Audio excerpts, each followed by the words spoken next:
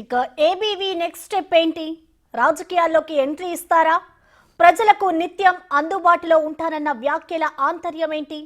కొత్త రాజకీయ పార్టీ పెడతారా లేదా ఏదైనా స్వచ్ఛంద సంస్థ ద్వారా సేవలు అందిస్తారా? ఇప్పుడు ఇవే ప్రశ్నలు ఏపీ పాలిటిక్స్ లో దుమారం రేపుతున్నాయి.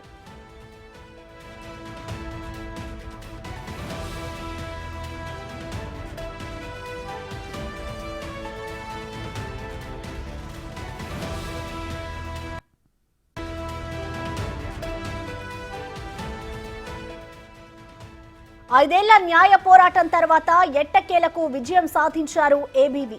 తన పదవి విరమణ రోజు నాటికి పోస్టింగ్ సాధించారు. హైకోర్టు ఆదేశాలతో తప్పనిసరి పరిస్థితుల్లో ఆయన్ను విధుల్లోకి తీసుకుని ప్రింటింగ్ అండ్ స్టేషనరీ కమిషనర్ గా నియమించింది. అయితే 5 గంటల వ్యవధిలోనే ఆయన పదవి విరమణ చేశారు.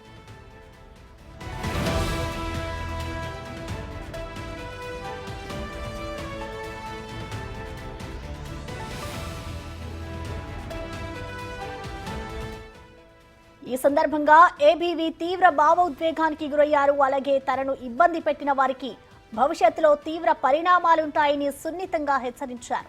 రానున్న రోజుల్లో ప్రజలకు అందుబాటులో ఉంటానని వ్యాఖ్యానించడంలో ఆంతర్యమేంటన్న చర్చ జరుగుతోంది. కొత్త రాజకీయ పార్టీ పెడతారా లేదా స్వచ్ఛంద సంస్థ ద్వారా సేవలు అందిస్తారా అన్నది హాట్ టాపిక్ గా మారింది.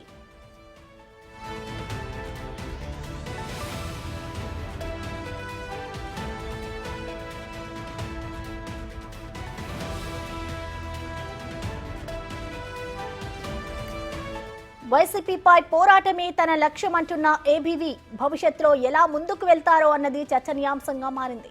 మరోవైపు కూటమి అధికారంలోకి వస్తే ప్రభుత్వంలో కీలక వ్యక్తిగా మారే అవకాశాలు కనిపిస్తున్నాయి. మరి ఏబీవీ రాష్ట్ర రాజకీయాల్లో ఎలాంటి ప్రభావం చూపిస్తారో చూడాలి.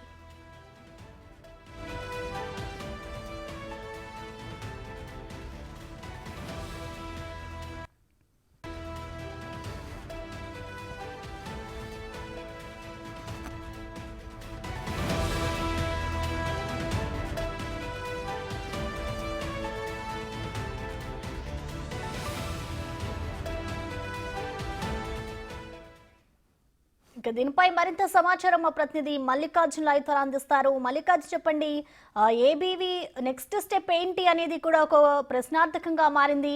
అలాగే ఆయన కొన్ని వ్యాఖ్యలు కూడా చేశారు. నేను ప్రజలకి ఎప్పుడు అందుబాటులో ఉంటానంటూ కూడా చెప్పుకొచ్చారు. సో దీన్ని ఏ విధంగా చూడాలి?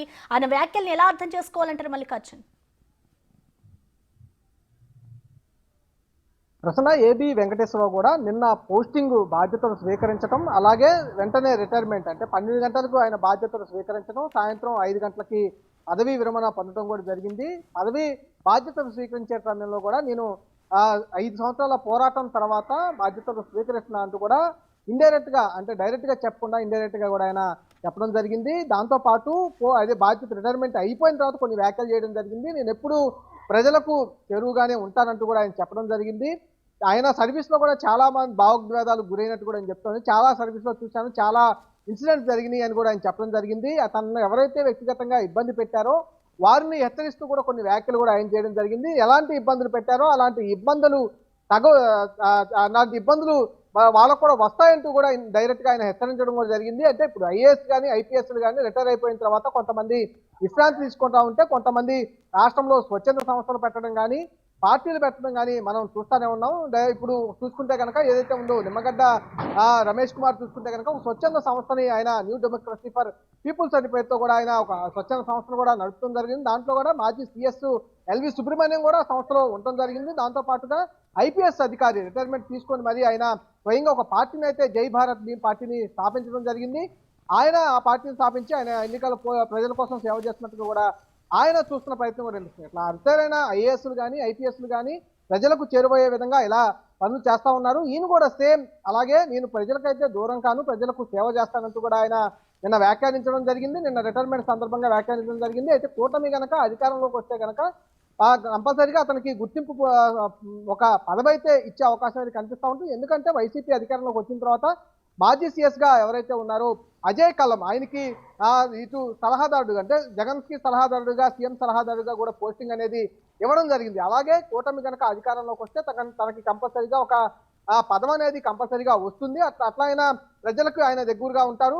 అట్లా పదవి కనుక రాని పక్షంలో కనుక ఒకవేళ వైసీపీ కనుక అధికారంలోకి వస్తే కనుక ఆయన పోరాటం అనేది ఆపను, ప్రజలకు దగ్గరగా ఉంటానంటూ కూడా ఆయన అర్థం చేసుకోవచ్చు. అదేవిధంగా ఎట్లయితే రిటైర్మెంట్ అయ్యి ఐఏఎస్ ఐపీఎస్ అధికారులు పార్టీలు కానీ స్వచ్ఛంద సంస్థలు కానీ ఏదైతే స్థాపిస్తా ఉన్నారో సేమ్ అలాగే వైసీపీ కనుక అధికారంలోకి వస్తే స్వచ్ఛంద సంస్థ స్థాపించడం కానీ లేకపోతే కనుక ఏదైనా రాజకీయ పార్టీలో జాయిన్ అవ్వడం కానీ లేకపోతే సొంతగా ఏదైనా పార్టీ పెట్టడం కానీ అయితే తెలిసే అవకాశం కనిపిస్తా ఉంది ప్రసన్న.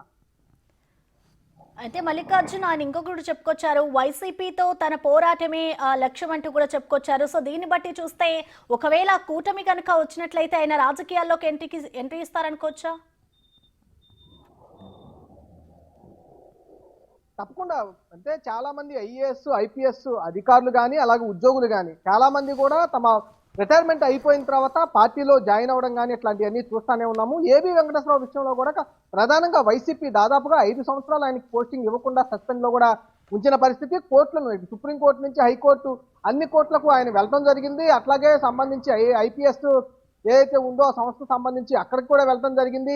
అక్కడ సస్పెండ్ చేస్తూ కూడా ఉత్తర్వులు ఏదైతే ప్రభుత్వం ఇచ్చిందో సస్పెండ్ చేస్తూ ఉత్తర్వులు తీర్పు ఇవ్వడం జరిగింది. ఆ తీర్పు మళ్ళీ హైకోర్టుతో పోరాటం జరిగింది. చివరిలో ఒక్కరోజు ఆయనకు రిటైర్మెంట్ ఉందని కానీ హైకోర్టు తీర్పు నేపథ్యంలో కూడా సిఎస్ని కలవటం, ఆ ఒక్క రోజులో బాధ్యతలు ఇవ్వటం, ఏదైతే ఆయనకి స్టేషనరీ అండ్ ప్రింటింగ్ ఏదైతే డీజీగా ఆయన అప్పుడు తొలగించారో సస్పెండ్ చేశారో అదే బాధ్యతలు ప్రభుత్వం నిన్న కల్పించడం జరిగింది. ఆ బాధ్యతలు స్వీకరించి కొన్ని గంటల్లోనే అంటే 12 గంటలకి ఆయన ఆ బాధ్యతలు స్వీకరించి 5 గంటలకి రిటైర్మెంట్ అయిపోవడం జరిగింది. ఇన్ని ఇబ్బందులు వైసీపీ అనేది చేసుకుంటూ వచ్చింది కాబట్టి కంపల్సరీగా అతనికి వైసీపీ టార్గెట్ గానే పనిచేసే అవకాశం కూడా కనిపిస్తా ఉంది. ఇటు అంటే వైసీపీ కనుక ఓడిపోయి కూటమి కనుక అధికారంలోకి వస్తే ప్రభుత్వంలో ఉండి ఆయన సేవలు అయితే కొనసాగించే అవకాశం కనిపిస్తా ఉంది. కాకుండా వైసీపీ కనుక గెలిస్తే కనుక కంపల్సరీగా ఏదైనా రాజకీయ పార్టీలో జాయిన్ అవటం కానీ లేకపోతే ఇండివిజువల్ గా ఒక పార్టీ పెట్టుకోవడం కానీ లేదా స్వచ్ఛంద సంస్థలు పెట్టి పోరాటాలు చేయడం కానీ ఇలాంటి ఆప్షన్లు ఆయన చూస్తున్నట్టు కూడా మనకు కొంత అర్థమవుతా ఉంది. ఎందుకంటే ఆయన వ్యాఖ్యానించడం కూడా పోరాటం, ఎందుకంటే పోరాటం చేస్తానని చెప్పి ఆయన వ్యాఖ్యానించడం, ప్రజలకు దగ్గరగా ఉంటానంటూ ఆయన వ్యాఖ్యానించడం, అలాగే తనకు ఏదైతే ఇబ్బందులు గురి చేశారో వాళ్ళకు కూడా ఇబ్బందులు తప్పవనే సంకేతాలు ఆయన నిన్న వెల్లడించడం కూడా మనం అర్థం చేసుకోవచ్చు ప్రసన్న. Thank you.